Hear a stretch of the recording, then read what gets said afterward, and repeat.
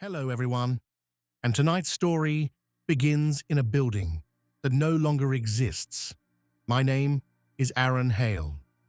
3 years ago, I lived alone in a rundown apartment block called Cedar Heights.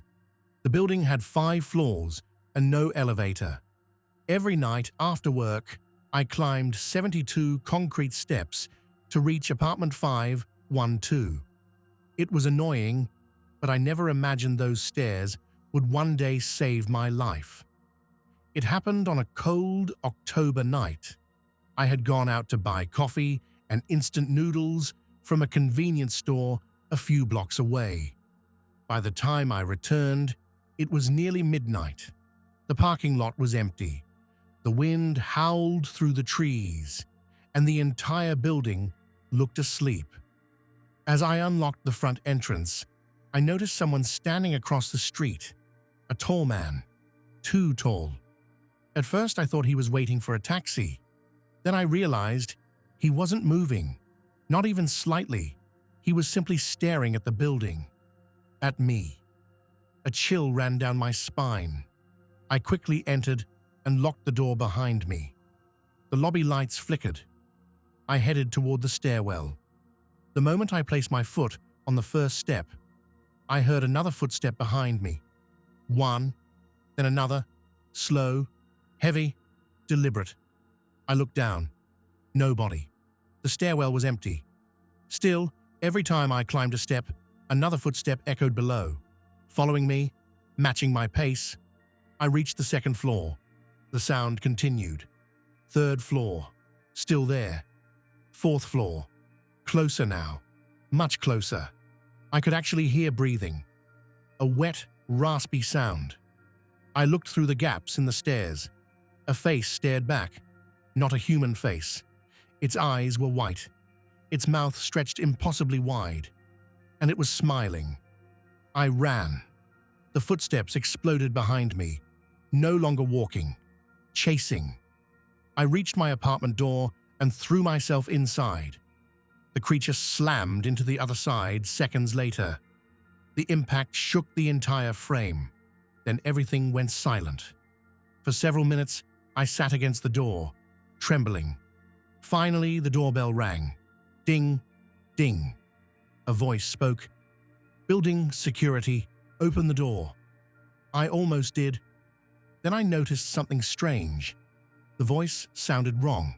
Not robotic, not distorted. Wrong. As though someone had learned how humans speak by listening from very far away. "Mr. Hale?"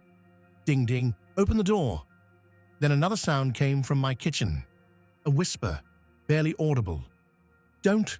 I spun around. Standing beside the refrigerator was an elderly woman. Transparent, pale, almost glowing. I should have been terrified. Instead, I felt strangely calm. "Who are you?" I asked. She pointed toward the front door. "Not them." The bell rang again. Ding ding. This time the voice sounded angry. "Open the door." The old woman stepped closer. "When it realizes you won't let it in." She paused. "It will try another way." Every light in my apartment went out. The temperature dropped instantly. Frost spread across the windows. Then came scratching. Not at the door, at the bedroom window, 5 floors above the ground. Something was climbing the outside wall, slowly, patiently, getting closer. The old woman grabbed my wrist. Fire escape. Together, we ran. The emergency exit at the back of the apartment led onto a metal staircase. The moment I stepped outside, the creature let out a scream so loud it rattled every window in the building. I looked up. It was hanging upside down above my apartment window. Its limbs stretched across the brickwork like a giant spider. Its white eyes locked onto mine. Then it jumped. The old woman shoved me forward. The creature missed by inches. It crashed through the railing and fell 4 stories into the parking lot below. The impact echoed through the night. When I looked over the edge, it was gone. Nothing remained. Not even footprints. Police arrived 20 minutes later. They searched the building, found nothing. Nobody believed my story, not even when I told them about the old woman. The next morning, I learned something disturbing. Apartment 512 had once belonged to a woman named Eleanor Reed.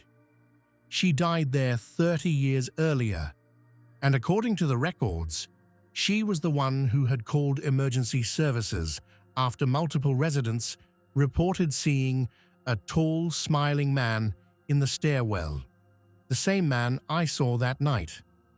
I moved out a week later.